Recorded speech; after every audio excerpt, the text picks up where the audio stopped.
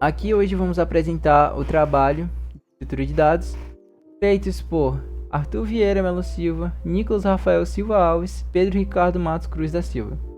Esse trabalho ele consiste basicamente em um código onde uma equipe de 3 pessoas terá que resolver a questão imposta pela professora Elaine. Basicamente, o objetivo do nosso código, a gente irá resolver o problema que será o usuário irá colocar um input do tipo uma anotação, uma expressão infixa, como exemplo colocado, um código A mais B vezes C, onde terá que se ter transformado numa anotação, ou seja, uma expressão pós-fixa, e assim calculando o resultado dessa expressão. Basicamente, esse A, B, C irá ficar praticamente junto, o valor de multiplicação ficará ao final e o valor de soma ficará ao final. Assim calculando a resposta e obtendo o resultado. Aqui nós temos os includes e o struct. É a primeira parte do código, o momento inicial, onde iremos definir alguns cabeçalhos de arquivos para ajudar na questão de funções e obter funções para o nosso código fonte. Basicamente o que irá acontecer, inicialmente, para iniciar nosso código, iremos definir um type_def_struct para conseguir obter um apelido chamado pilha, para não precisar a cada momento do código ficar repetindo struct pilha, apenas colocar uma única vez pilha e conseguir obter o mesmo resultado. Enfim, dentro desse struct iremos definir um ponteiro para a data, que serão os dados, ou seja, que será do tipo float, um int para o índice do topo e o int size, que será o tamanho da pilha. Aqui nós temos as nossas funções para manipulação da pilha, que é a segunda parte do código. Aqui iremos definir que o retorno dessa função pilha será o struct pilha. Os parâmetros dela serão o tamanho dessa pilha que será criada, dessa forma criando um struct pilha do chamado de variável p, será a pilha, de forma abreviada, chamada apenas de p, onde teremos que pdata será criada a lista, correto? E será criada de forma dinamicamente alocada. Aqui usando os malloc, float ponteiro, size multiplicado por size of float. Ok. Em seguida, nós temos p.top, que irá inicialmente começar com uma -1 para definir que o início da lista é vazio. Temos aqui psize, que será igual a size, ou seja, para definir que o tamanho da lista é igual ao tamanho que foi colocado dentro do parâmetro, e assim no final retornando a pilha que foi criada. Em seguida temos a função empilha, que irá ter um valor, que será float, que pode ser float ou um inteiro, mas mesmo se for inteiro será, por exemplo, 1.0, 2.0, mas de qualquer forma float, para poder incluir valores além dos inteiros. Aqui temos o índice da pilha, né, para conseguir pegar o endereço de memória da pilha que será enviada para cá. Aqui fazemos a verificação que o topo da pilha é igual ao tamanho da pilha. O size -1 é para pegar, por exemplo, uma pilha que tem 3 slots. Ele seria o índice 0, 1, 2, ou seja, 3 slots, 0, 1, 2. E como, por exemplo, se aqui colocarmos que aqui o size, no caso, o size daqui seria 3, não teria como comparar que o índice 2, seria o topo, é igual a 3. Pois, mesmo que ele tenha 3 slots, o índice não começa do 1, então não seria 1, 2, 3, é 0, 1, 2. Então, botamos -1 para ficar 2 igual a 2, assim verificando que a pilha está cheia e emitindo uma mensagem de erro. Caso essa mensagem de erro não ocorra, verificando que a pilha não está cheia, vai ocorrer onde desses slots, né, iremos começar do índice -1, assim incrementando. Agora no índice 0 nós vamos colocar o valor que foi inserido no empilha, e assim assim em diante. Por exemplo, vamos dizer que agora o topo é 0, na situação de agora o topo é 0, nós iremos colocar que o próximo valor seria algum outro valor aleatório, por exemplo 5. Agora que iria significar? Que o índice 0 irá virar índice 1 e o valor colocado, que foi 5, será o topo da lista com o valor 5, o índice 1. O desempilha para a mesma coisa, porém, diferentemente desse aqui que retorna void, ou seja, não possui retorno, esse aqui já terá um retorno que será do tipo float. O que vai acontecer? Ele vai pegar também o endereço dessa pilha, vai verificar se a pilha está vazia. Caso o topo da pilha seja -1, significando que está vazia, ele realmente vai mensagem de erro. Caso contrário, ele vai pegar esta pilha, retornar um índice e vai retornar esta pilha com um índice a menos, ou seja, sem o seu topo atual, assim o seu índice anterior se tornando um topo atual. Por exemplo, uma lista onde temos 3 índices, 0, 1, 2, temos o valor 5, 6 e 7. Dessa forma, retornaremos ao valor 6, ficando apenas o índice 0 e o índice 1. Ou seja, ficando apenas 5 e 6 e o 7 sendo esquecido, né, dessa pilha. Seguindo, nós temos float topo, onde ele vai verificar apenas se o topo, se existe algo na pilha ou não. Caso tenha algo na pilha, ele retorna o topo. Basicamente isso. O valor do topo, no caso, não o seu índice. Além disso, nós temos o vazio P, onde retorna true se a pilha estiver vazia e retorna 0, que no caso é false, se a pilha não estiver vazia.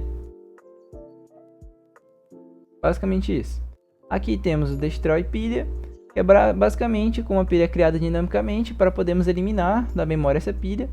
Nós pegaremos o endereço, daremos um free nessa memória alocada dinamicamente.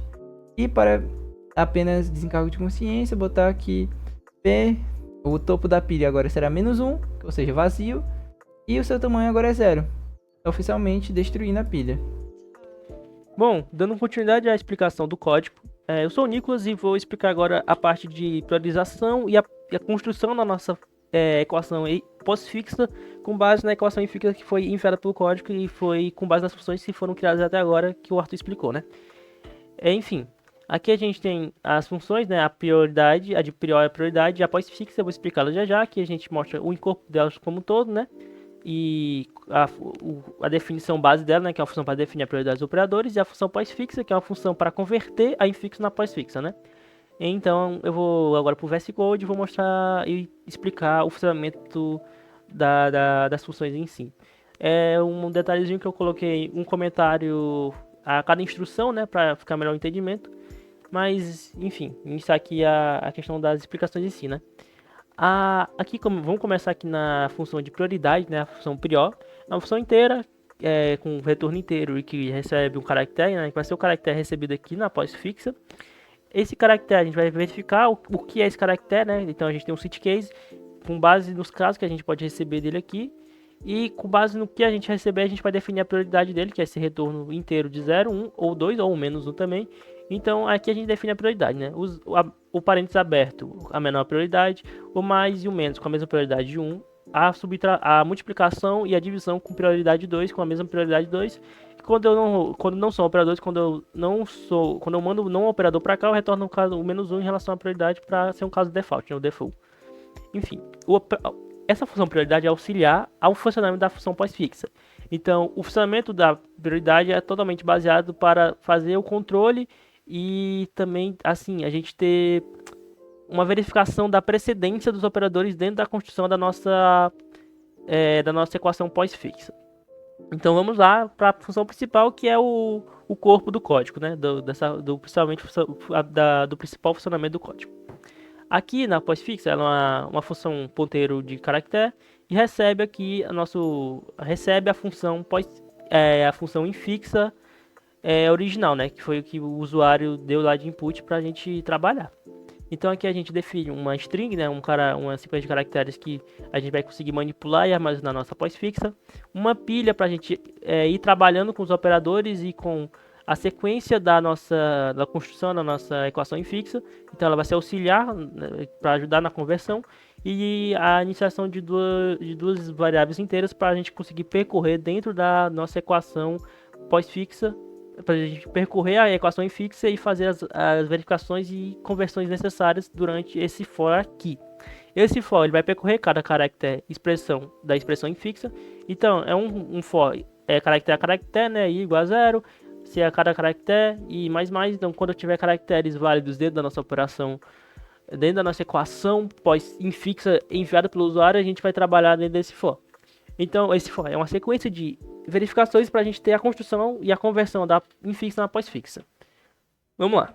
Primeiramente, ele vai fazer a verificação se a gente encontrou um parênteses. Porque o que isso quer dizer? Se eu encontrei um parênteses, eu estou iniciando uma suboperação dentro da operação, né? Dentro da construção da nossa equação pós-fixa. Então, o que acontece? Ele já inicia o empilhamento dele dentro da nossa pilha auxiliar. E aqui na empilha, manda o caractere, que foi o nosso parênteses aberto, e aqui a referência da nossa pilha que a gente criou. Então, a gente já começou o empilhamento e o sequenciamento dos nossos operadores aqui. Verifica também aqui se é um dígito ou se é um ponto. Esse caso, a gente não tem um empilhamento desse dígito desse ponto. A gente tem a adição direta desse caractere atual sendo um dígito ou um ponto diretamente na nossa string pós-fixa, porque números e pontos são adicionados diretamente na nossa expressão pós-fixa, porque ele já vem na ordem correta da função da operação em fixa. Então eu não preciso ao analisar a ordem de empilhamento deles, porque é somente adicionar direto.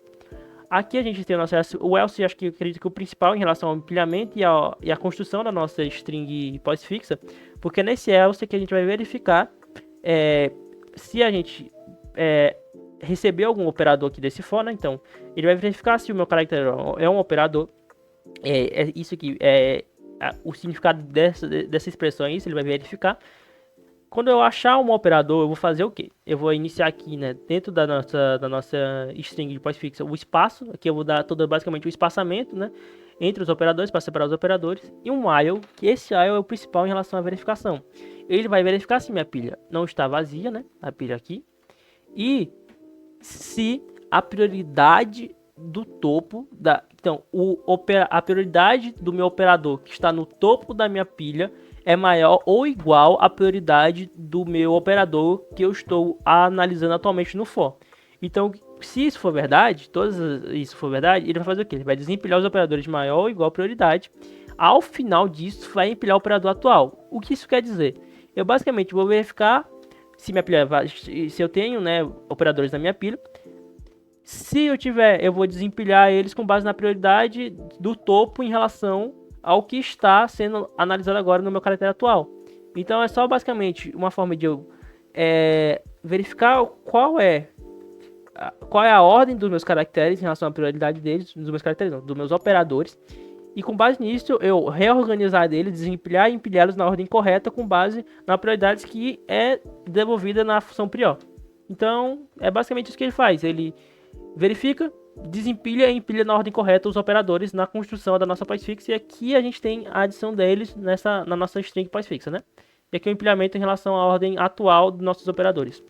E por final, a gente tem aqui outra verificação, que é a verificação do fechamento de parênteses, que é o fechamento das suboperações dentro do código. Aí tem um outro while para verificar se o topo é diferente de abertura, né? Porque eu não posso ter, que é indiferente se eu tiver só uma abertura e um fechamento. Então, se isso for verdade aqui, né? Se for diferente, eu desempilho até encontrar o parênteses de abertura. E com esse desempilhamento, eu estou fazendo o quê? Eu estou realocando tudo que foi na minha pilha até agora. Eu estou adicionando isso na ordem correta à minha string pós-fixa. Então, eu estou... cada caractere que isso acontece, eu vou ter esse ciclo do for. E isso até todos os caracteres serem verificados. E adicionando isso dentro da minha string, dentro da minha pilha de conversão. E aqui o desempilhamento para remover o parênteses de abertura da operação atual para ter outro início de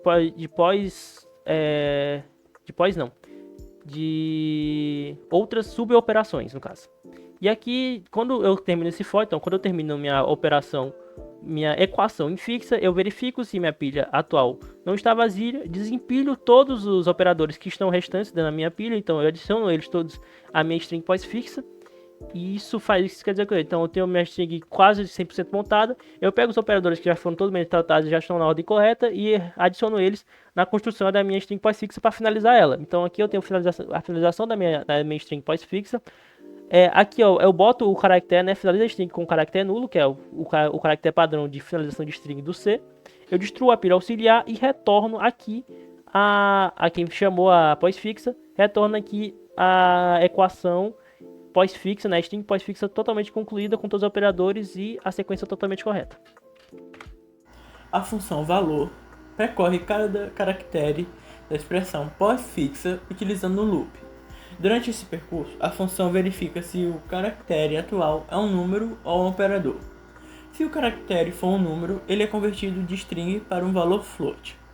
Usando a função atof, o número é então empilhado. Caso seja um número com múltiplos dígitos ou um decimal, a função avança no índice para considerar o número completo antes de continuar a análise. Se o caractere for um operador, a função desempilha os dois últimos números armazenados na pilha.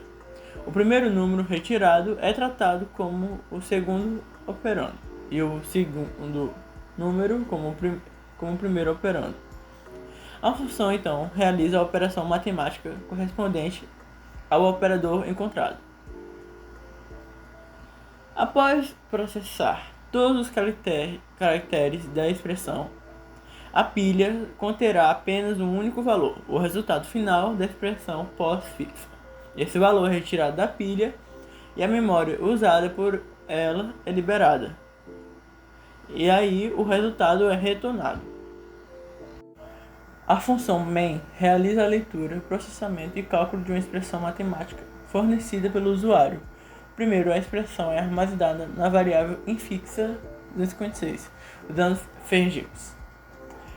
O caractere da nova linha adicionado automaticamente é removido substituído por /0. A função pós-fixa converte a expressão infixa em notação pós-fixa. E o resultado é armazenado em pós-fixa ESP. Em seguida, a função valor avalia a expressão pós-fixa e retorna o resultado como um número do tipo float, que é armazenado na variável resultado. Por fim, o programa exibe a expressão pós-fixa e o resultado do cálculo com duas casas decimais, finalizando com return 0, para indicar que a execução foi concluída com sucesso.